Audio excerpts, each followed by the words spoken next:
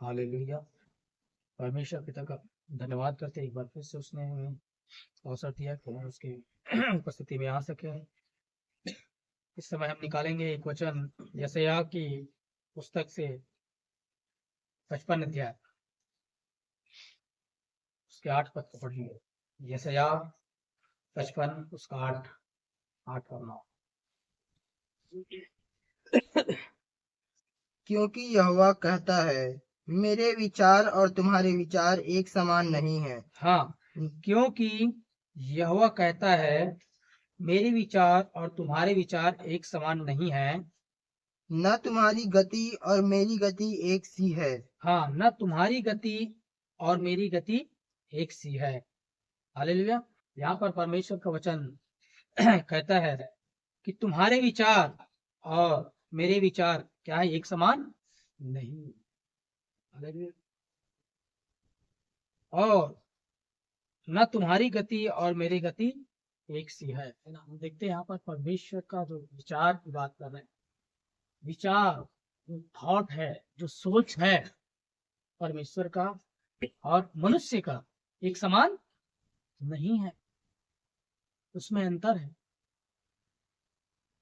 क्योंकि परमेश्वर अपने लेवल में सोचता है तो उसका विचार उसके लेवल है, और मनुष्य अपने अपने लेवल में क्या करता है, वो सोचता है, विचार करता है। और देखिए अंतर क्या है इसमें, अगर आगे हम देखेंगे 9 पद में क्या लिखा है, क्योंकि मेरी और तुम्हारी गति में और मेरे और तुम्हारे सोच विचारों में आकाश और पृथ्वी का अंतर है। हालेलुया। क्या अंतर है? आकाश और पृथ्वी का अंतर है। हमारे सोचने विचारने में और परमेश्वर के सोचने और विचारने में, हमारी गति में और उसकी गति में क्या है, आकाश और पृथ्वी का अंतर है ना। क्योंकि वो परमेश्वर है और हम मनुष्य हैं। लेकिन विचार जो है, इसी बात का जो हमारा जो विचार है इस पृथ्वी के अंदर है ना, और परमेश्वर के विचार बहुत अलग है।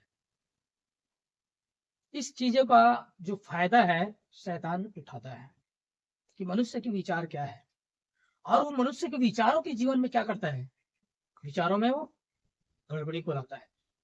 ये जानता है ये परमेश्वर की तरह सोचता नहीं है। क्या है? परमेश्वर की तरह नहीं सोचता। यद्यपि परमेश्वर के समान बनाया गया है, उसके स्वरूप और समानता बनाया गया है, परमेश्वर से थोड़ा ही कम बनाया गया है, और इस पृथ्वी पर हमको वो सारा परमेश्वर का सारी बातों पर परमेश्वर के समान ही वो सब चीजों का अधिकार हमको दिया गया है। पर भी मनुष्य क्या है कि मनुष्य के जो सोच और विचार है उसमें वहां पर गड़बड़ी को लाता है शैतान। शैतान देखिए, शैतान किसी के जीवन में कुछ भी करना है तो वैसे अंदर नहीं चला जाता, पहले विचारों में काम करता है, विचारों में काम करता है। आपके विचारों में वो क्या करेगा, वो थॉट को लाता है, उस बातों को लाता है जिसको आप वहां से उसको जगह देता है। अगर आप उस विचारों पर वहीं पर आप उसको ब्रेक लगा देंगे तो आपके जीवन में अंदर नहीं जा पाएगा। अगर वहां पर आपको उसको ब्रेक नहीं लगेगा, एक्सेप्टेड होते जाएगा, तो आपके उस विचार के द्वारा क्या करेगा, वहां पर वो अपना जगह बनाएगा, फिर उस जीवन में राज करेगा वो, जिसके अंदर भी विचारों को डालता है ना। ध्यानपूर्वक समझना है। और यहाँ पर हम देखते हैं जैसे शरीर में कई प्रकार के इन्फेक्शन होता है ना, कई चीजों का इन्फेक्शन शरीर में होता है जो दिखता है, वैसे हमारे मनुष्यों के मन में विचारों में भी इन्फेक्शन को शैतान लाता है। परमेश्वर की ओर से नहीं होता, याद रखना, शैतान की ओर से होता है। जो कुछ भी होता है जो शरीर में होता है वो भी उसकी ओर से होता है, और मन में लाता है वो भी उसकी ओर से होता है। तो विचारों में जो इन्फेक्शन होता है जिसके कारण से मनुष्य क्या है, आगे नहीं बढ़ पाता है। जैसे आत्मिक जीवन में बढ़ना चाहिए, जैसे प्रभु के निकट आने, जिस प्रकार का एक जीवन जीना चाहिए वो जीवन नहीं जी पाता है। और शैतान का उद्देश्य यही है कि वो गड़बड़ी को डाले, गड़बड़ी को लाए मनुष्य के जीवन में। गड़बड़ी डालना ही उसका काम है, वो दुष्ट है। समझ रहे इस बात को? इस चीज को समझना है अपने जीवन में, क्योंकि हर एक का सामना है, याद रखना। क्योंकि आपका लड़ाई किसी शारीरिक व्यक्ति से नहीं है, एक ऐसे व्यक्ति से आपकी लड़ाई है जो बिना शरीर का है, उससे आपको लड़ना है। कैसे लड़ोगे? जो बिना शरीर का है वो ऐसे एक व्यक्ति से आपकी लड़ाई है, हमारी लड़ाई है। जब तक इस पृथ्वी में है तब तक, समझ रहे बात को? जब तक इस पृथ्वी में है तब तक आपकी एक युद्ध में हो, आप एक लड़ाई में हो। हमारी एक मल्ल युद्ध है, आत्मिक युद्ध। और वो युद्ध जो है किसी हाड़ और मांस से नहीं है, लिखा है वचन में। हमारी लड़ाई की जो है किसी हाड़ और मांस से नहीं है, वो आत्मिक है, वो विचारों के साथ है। समझ में आ रहा है? क्योंकि शैतान का जो काम है वो अटैक जो करता है वो सिर्फ डायरेक्ट शरीर पर नहीं करता है, पहले विचारों में करता है। और जब विचारों में वो जय पा जाता है आपके द्वारा, फिर वो क्या होता है, जब विचारों में जो डालता है, विचार को जब मनुष्य एक्सेप्ट करता है, तब वो उसको जगह मिल जाता है, फिर उस शरीर में फिर काम करता है ना। तो आज हम देखते हैं कि कुछ बातों को हम देखेंगे कि किस प्रकार से क्या क्या इन्फेक्शन करता है विचारों में, है ना। पहली जो बात है यहाँ पर हम निकालेंगे जो हमारे विचारों में लाता है, 32 यीशु समाचार उसका 6 अध्याय,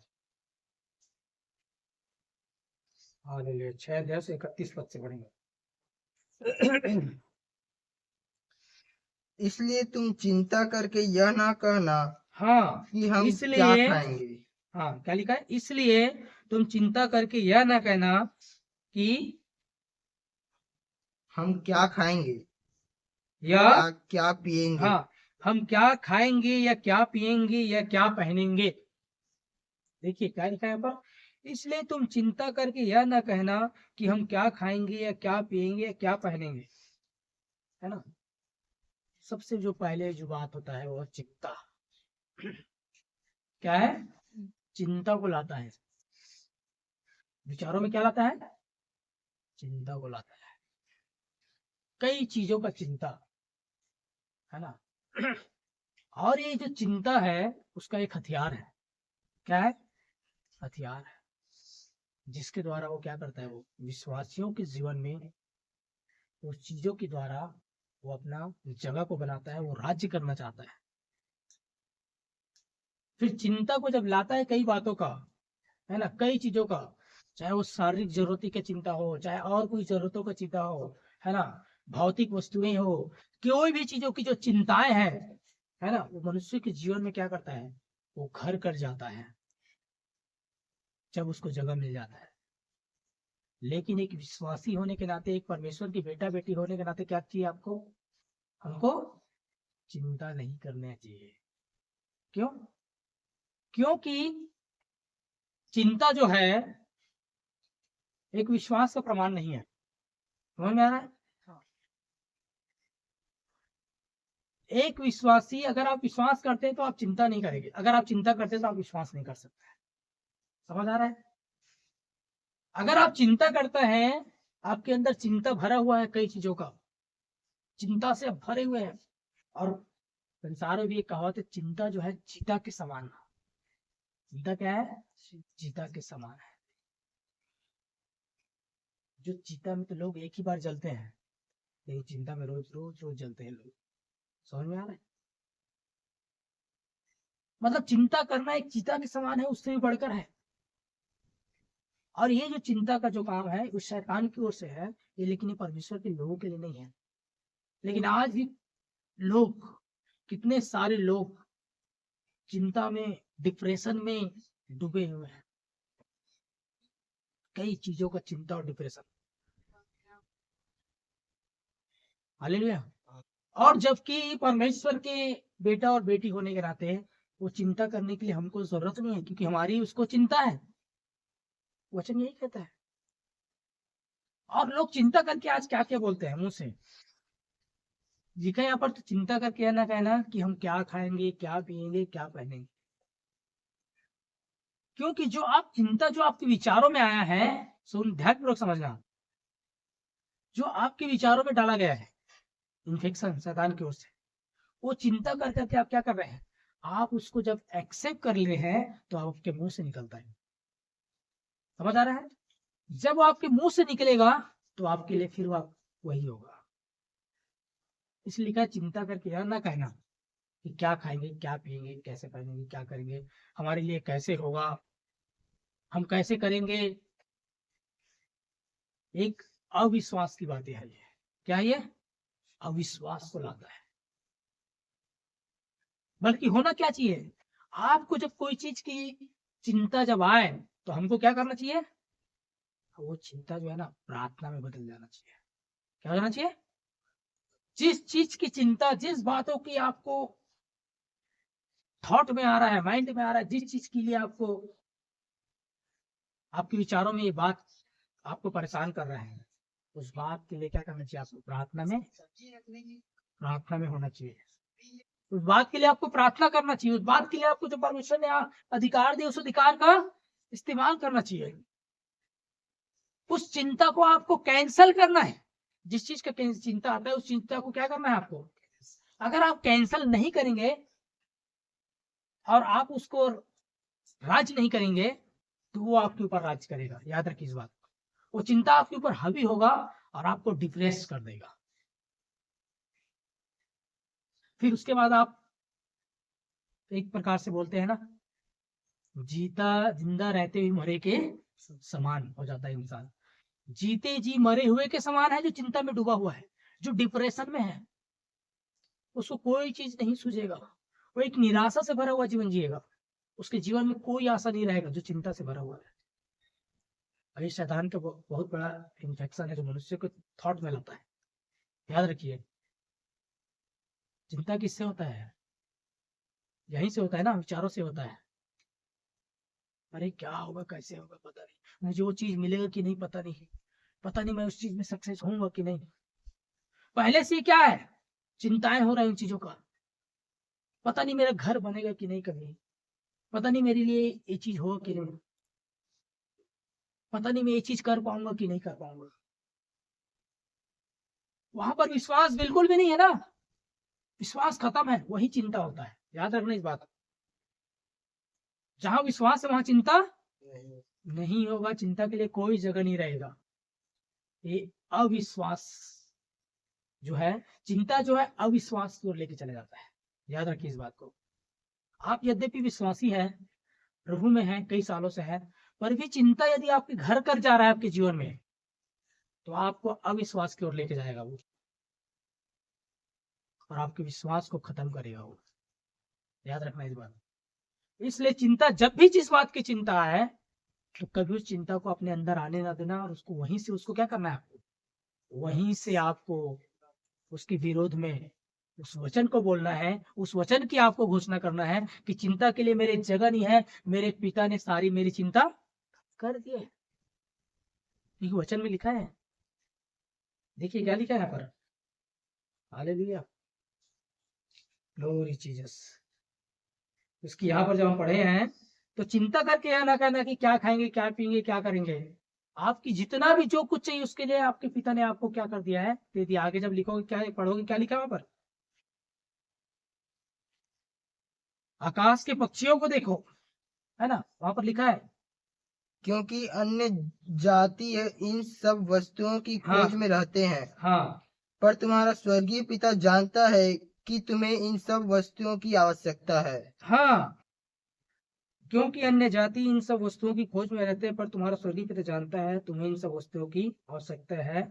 इसलिए 33 पद में लिखा है, इसलिए पहले तुम परमेश्वर के राज्य और उसके धर्म की खोज करो, तो ये सब वस्तुएं तुमको जाएगी। और आगे लिखा है, अतः कल की चिंता ना करो, क्योंकि कल का दिन अपनी चिंता आप कर लेगा, आज के लिए आज का ही तो, है ना। मतलब परमेश्वर ये कहता है कि हमको चिंता करने की जरूरत नहीं है किसी बात की। हालेलुया। क्योंकि हम विश्वास में चलने वाले लोग हैं, विश्वास में चलने वाले लोग हैं। हमारे लिए सब कुछ प्रबंध कर दिया गया है, पहले से हमारे लिए सब कुछ प्रबंध कर दिया गया है। अब जिसको इस बात पर विश्वास नहीं है वो क्या करेगा, वो चिंता करेगा। कल क्या होगा मेरे साथ पता नहीं है, क्या होगा मेरे साथ कल। आज बोलते हैं ना लोग, अविश्वास की बात बोलते हैं ना, पता नहीं कल को किसने देखा है। लोग क्या बोलते हैं, कल को किसने देखा है कौन जाने। अरे आप और हम जानते हैं वो जिस परमेश्वर ने आज और कल युगानु एक सा रहता है, वो परमेश्वर ने हमको वो प्रकाशन दिया है, आपको समझ दिया है। आप विश्वास के चलने वाले लोग हैं। आप नहीं बोल सकते कि कल क्या होगा, पता नहीं कल कैसा होगा। अगर जो ऐसा बोलते हैं वो विश्वासी नहीं है, याद रखिए, वो विश्वास में नहीं है उनका जीवन। एक विश्वास से भरा हुआ व्यक्ति क्या बोलेगा, अरे कल क्या होगा पता नहीं, नहीं जानते, ये नहीं बोलेगा। वो ये बोलेगा कि कल का दिन आज से बेहतर होगा। हालेलुया। ये एक विश्वासी की मुंह से निकलने वाले शब्द है। क्या होगा, कल का दिन आज से बेहतर होगा, मेरा भविष्य बेहतर है, क्योंकि ये इसकी गारंटी मेरे परमेश्वर को वचन देता है, और उस वचन पर आप और हम खड़ा होते हैं, विश्वास करते हैं। हालेलुया।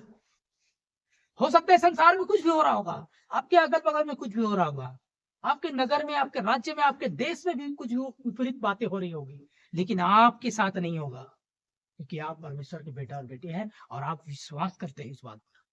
हालेलुया। दुनिया में चाहे कुछ भी हो, मेरे साथ क्या होगा, मेरे साथ अच्छा होगा, मेरे साथ भला ही होगा, और आज से बढ़ करके होगा कल का दिन मेरे लिए। हालेलुया। एक विश्वास से भरे व्यक्ति की बातें निकलती है, उसके अंदर से निकलना चाहिए। लेकिन जिनके अंदर चिंता ने घर कर गया है, वो क्या बोलेगा, पता नहीं कल कैसे होगा, पता नहीं मेरे आने वाले बच्चों का भविष्य। कई लोग भविष्य की चिंता करते हैं ना, अपने बच्चों की भविष्य को लेकर चिंता है, पता नहीं मेरे बच्चे लोग कितना तक पढ़ पाएंगे, क्या बनेगा कि नहीं बनेगा, कि उसको क्या करना पड़ेगा, उसके भविष्य कैसा होगा, कैसे मैं बच्चे की शादी करूंगा, कैसे मैं उसके लिए और घर बनाऊंगा, या कैसे उसके लिए क्या जॉब लगी।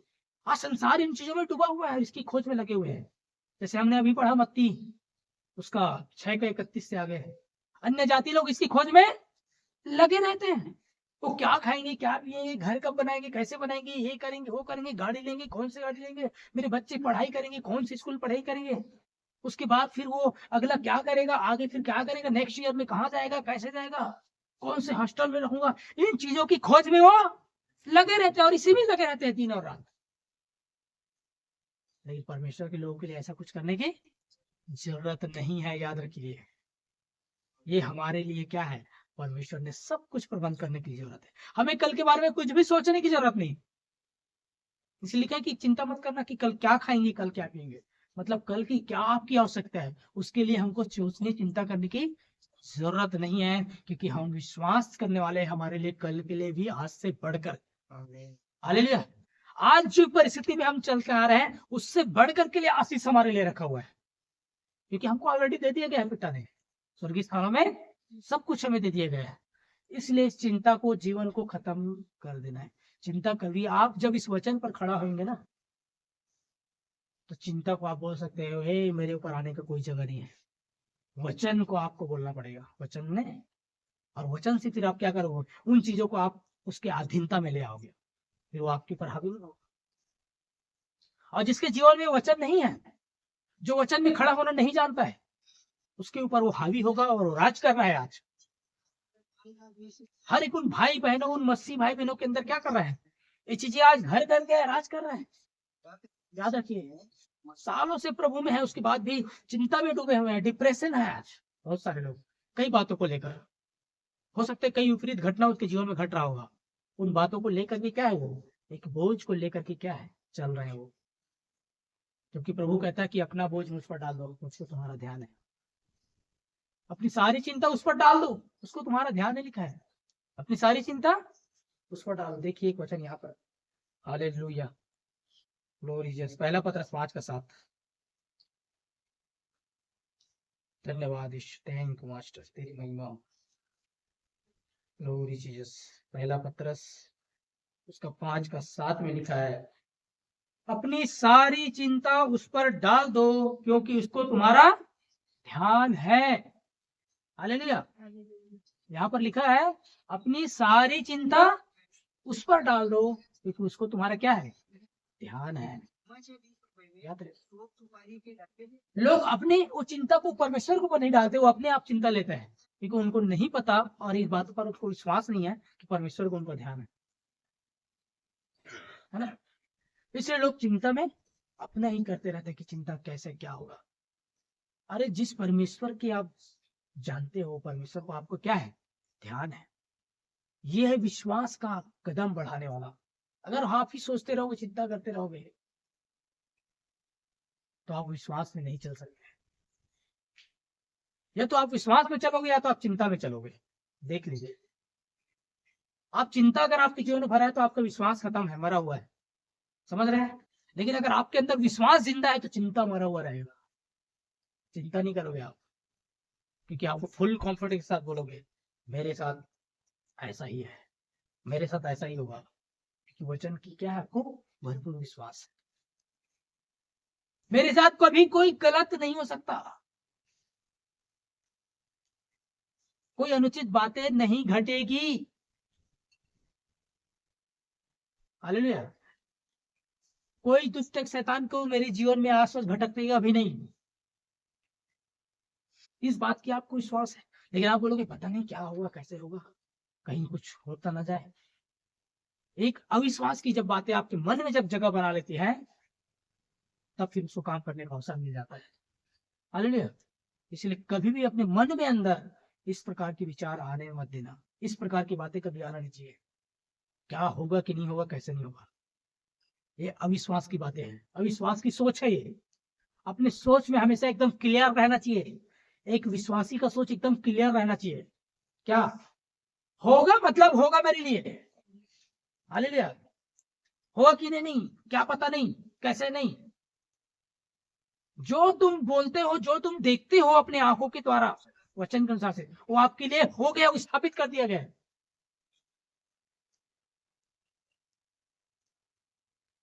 मैं उस ऊंचाई तक जाऊंगा कि नहीं पता नहीं, तो एक अविश्वास की बात है। अरे मुझे बैठाया गया है उस ऊंचाई में। हालेलुया। अरे पहाड़ की चोटियों पर परमेश्वर अपने बच्चों को रखा है, मतलब आपको अपने आपको कहाँ देखना है, पहाड़ की चोटियों पर बैठा हुआ देखना है। और उस विश्वास से आपको चलना है, तो आप वहीं पाए जाओगे अपने जीवन। हर क्षेत्र में आप पहाड़ की चोटी मतलब ऊंचाई में जा पाओगे। वचन में लिखा तुम नीचे नहीं बल्कि ऊपर ही होगा।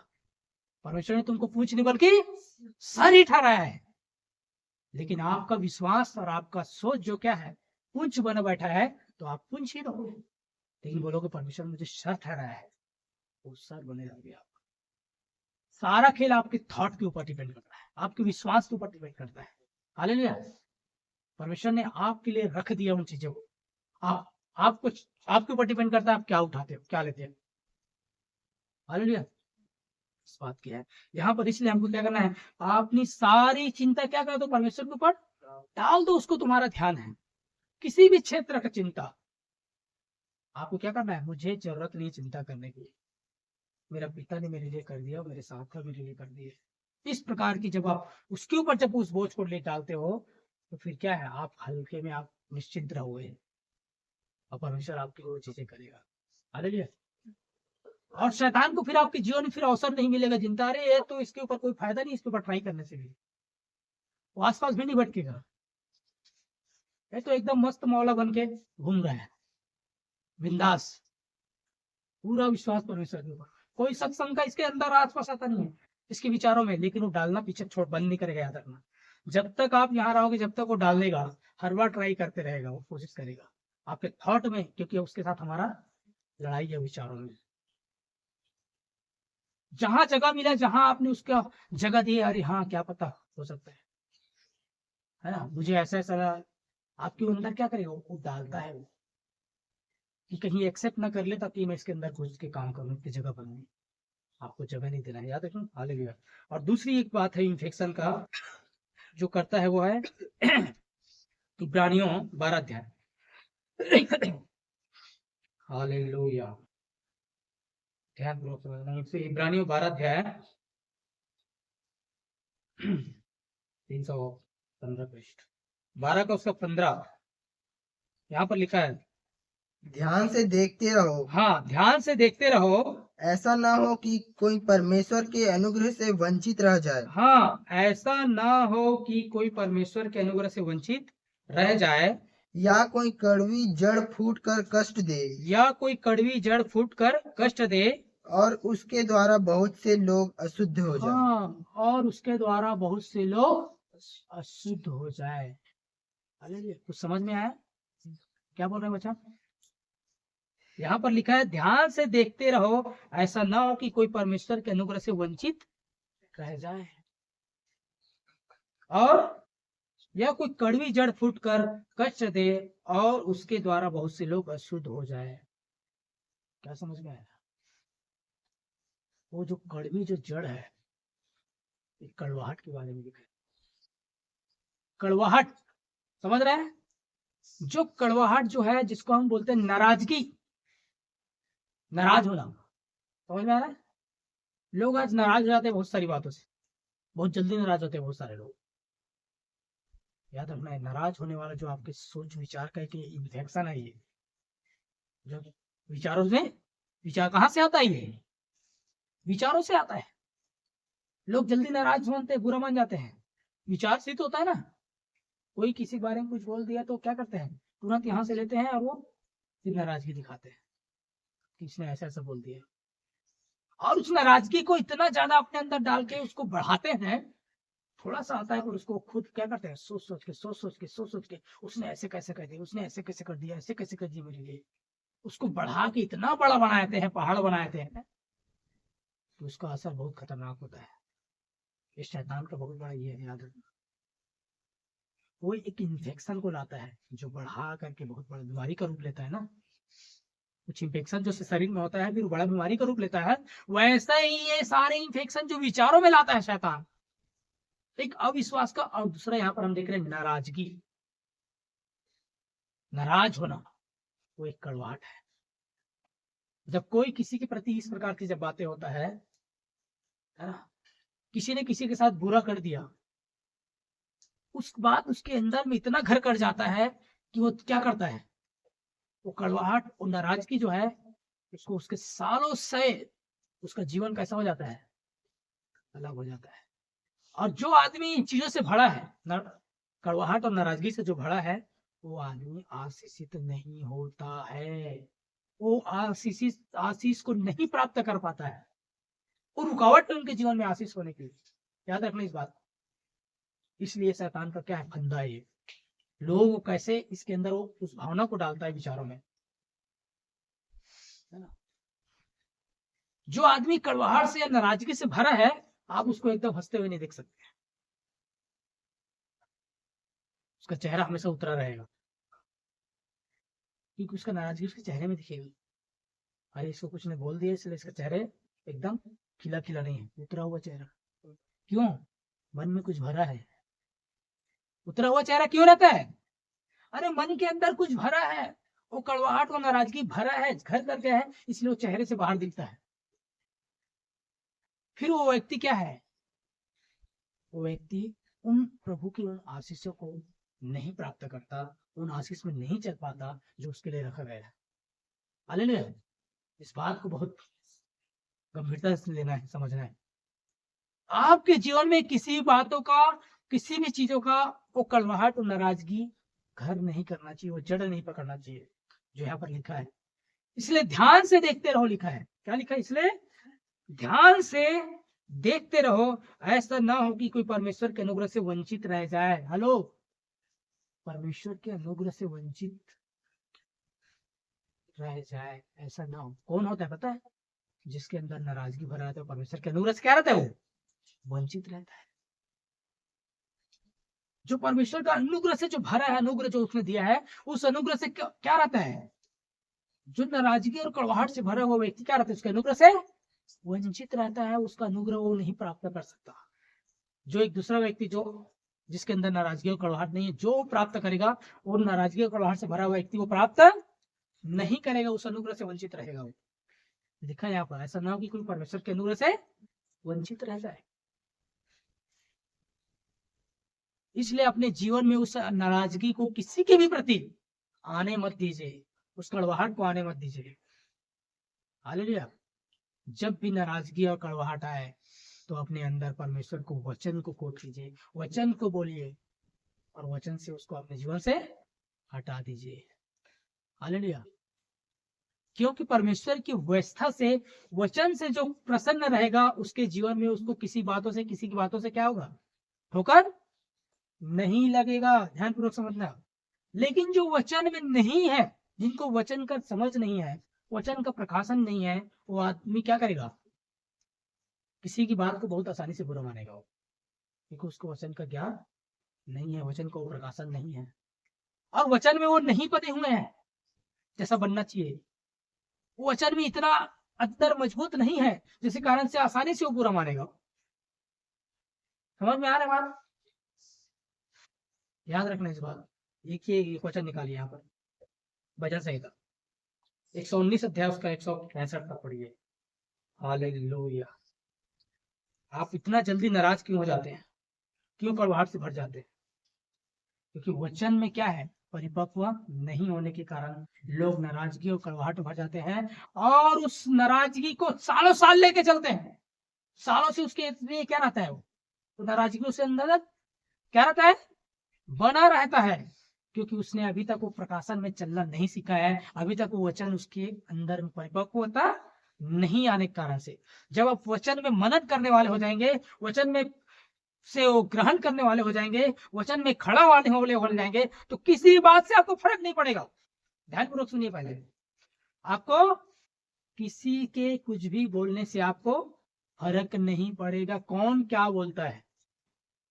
संसार में कौन आपके लिए अच्छा बोल रहा है, कौन बुरा बोल रहा है, कौन बुरा कमेंट कर रहा है, आपको फर्क नहीं पड़ेगा। आप नहीं बोलेंगे कि इसने मेरे लिए ऐसा कैसा बोल दिया, क्योंकि जब आपके वचन अंदर आप भरा रहेगा, वचन का प्रकाशन आपके अंदर रहेगा, तो आप उन चीजों को इग्नोर करके चलोगे, आपको उन चीजों से ठोकर नहीं लगेगी। क्या इन चीजों से ठोकर नहीं लगेगी? देखिए 119 अध्याय उसका 165 तक पढ़िए। हालेलुया। तेरी व्यवस्था से प्रीति रखने वालों को बड़ी शांति हाँ, होती है, क्या लिखा है? और उनको कुछ ठोकर नहीं लगती। हाँ, तेरी व्यवस्था से प्रीति रखने वालों को बड़ी शांति होती है। हेलो, तेरी व्यवस्था से प्रीति रखने वाले मतलब तेरे वचन से प्यार करने वाले लोगों को क्या होती है, बड़ी शांति होती है भैया। और जो वचन से प्यार नहीं करते हैं वो बहुत जल्दी बुरा मान देंगे, वो क्योंकि उनके अंदर वो जगह नहीं बना है, वचन के लिए जगह नहीं है उसके हृदय में। उसके हृदय में बाहरी चीजों को कैसे कंपेयर करना है, कैसे एक दूसरे की तुलना करना है, कैसे कोई मेरे को अच्छा जगह दे रहा है कि नहीं दे रहा है। उसको अच्छा जगह नहीं दोगे तो आप बुरा मान जाएगा। उसको जहां बैठाने के लिए जगह नहीं दोगे, अरे यार बगल में बैठ जा बोलोगे तो बुरा मान जाएगा, क्योंकि वो अपने अंदर भी क्या है, वो अपने अंदर वो अपने आप को बहुत कुछ समझ रहे हैं, है ना। इसी कारण से क्या होता है, बहुत जल्दी वो नाराजगी और बुरा मान जाते हैं और ठोकर खाते हैं। लेकिन यहाँ पर क्या लिखा है, तेरे व्यवस्था से प्रीति रखने वाले लोग क्या करेंगे, शांति से भरे रहेंगे। उसको फर्क नहीं पड़ेगा कौन तुम्हारे लिए अच्छा बोल रहा है, बुरा बोल रहा है, क्या बोल रहा है, क्योंकि वो वचन से भरा हुआ व्यक्ति है। समझ में आ रहा है?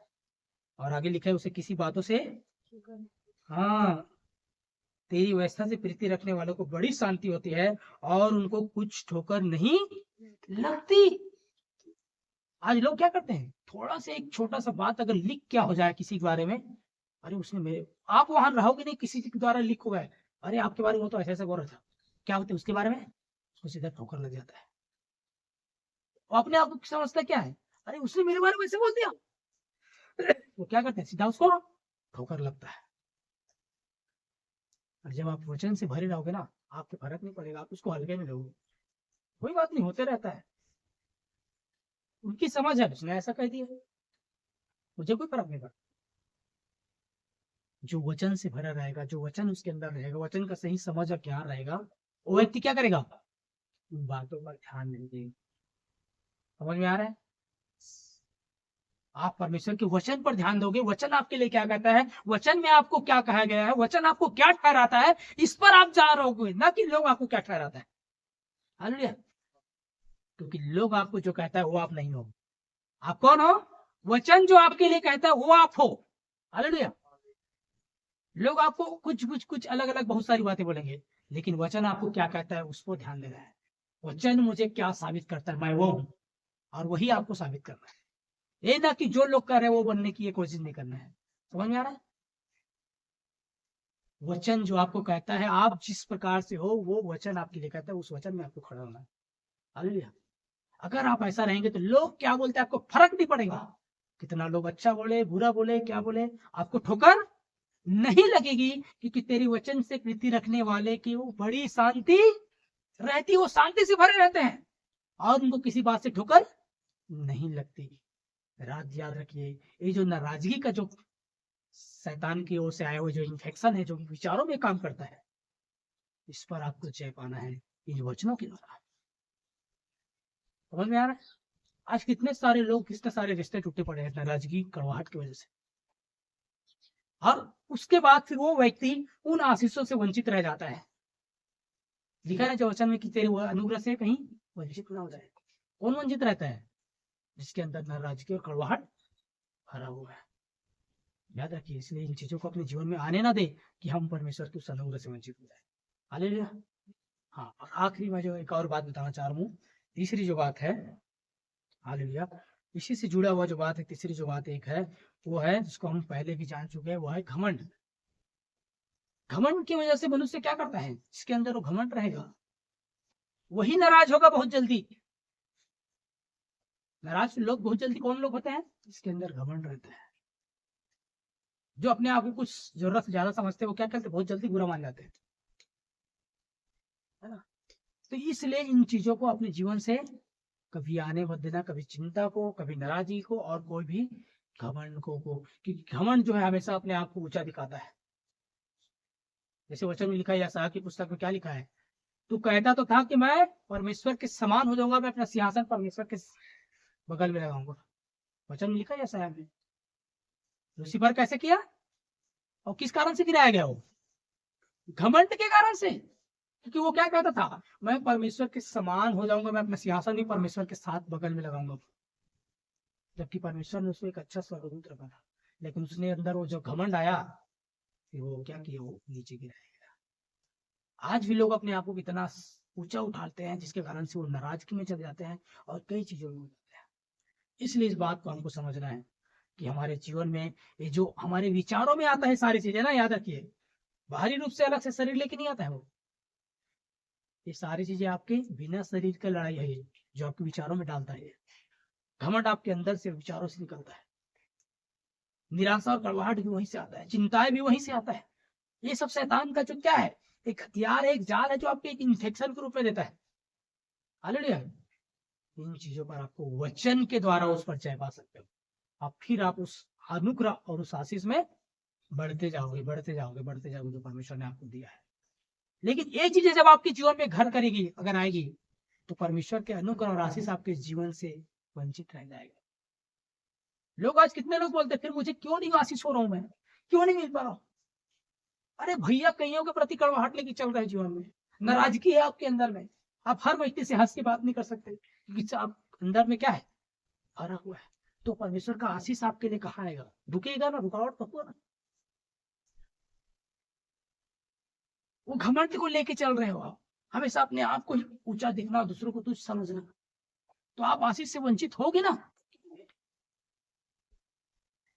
आप अविश्वास को लेके चल रहे हो, निराशा को लेके चल रहे हो, चिंताओं में आप चल रहे हो, कई बातों का चिंता आप ही कर रहे हो। परमेश्वर पर आपको भरोसा नहीं, अपनी सारी चिंता उस पर डाल दी, बोला है वचन। तो आप आशीष कैसे होगे? आप ही करो, परमेश्वर ही छोड़ देता है। तू ही चिंता कर बेटा, तू ही बोझ उठा अपना, मैं क्यों करूं? मेरे ऊपर तो डाल ही नहीं रहा अपना बोझ। लिखा है अपनी सारी चिंता उस पर डाल दो। जब अपनी सारी चीजों को उसके ऊपर डालोगे, तब वो आपके लिए क्या करता है? काम करता है। हालेलुया। इस बातों को जाने और इन वचनों का ज्ञान और प्रकाशन हमारे अंदर होना चाहिए, तब हम क्या कर सकते हैं? हम उस चीजों में बाहर आएंगे और परमेश्वर के अनुग्रह आशीष में हम बढ़ते जाएंगे, है ना? नहीं तो फिर वंचित रहेगा लोग। हालेलुया। इसलिए अपने जीवन में क्या करें? उन इन्फेक्शन को, जो विचारों में, थॉट में आता है, उसको आने ना दे, वहीं से उसको हटा दे। जैसे आपके विचारों में चीजें आने लगे, वचन को तीजा क्या करो, वहां पर वचन की अधीनता में ले आओ उन बातों को, उन विचारों को। तब उसमें आप जयवंत होकर के क्या कर सकते हैं? एक जयवंत जीवन, एक आशीषित जीवन में, और आशीष में परमेश्वर के अनुग्रह में क्या करते जाओगे? बढ़ते जाओगे। उसके अनुग्रह और डील डॉल में क्या होगा? बढ़ते रहेगा। उसकी करुणा और भलाई हमेशा आपके क्या करेगी, पीछा करती है। जैसे दाऊद कहता है उसकी करुणा और भलाई जीवन भर मेरे पीछा करती है, आपका भी पीछा करते रहेगा। हालेलुया। जब हम इस प्रकार की इन सारे शैतान के षड्यंत्रों से, उनकी युक्तियों से जब हम आजाद हो जाएंगे। हालेलुया। प्रभु इन बातों के द्वारा मुझे बस कोशिश करें। आइए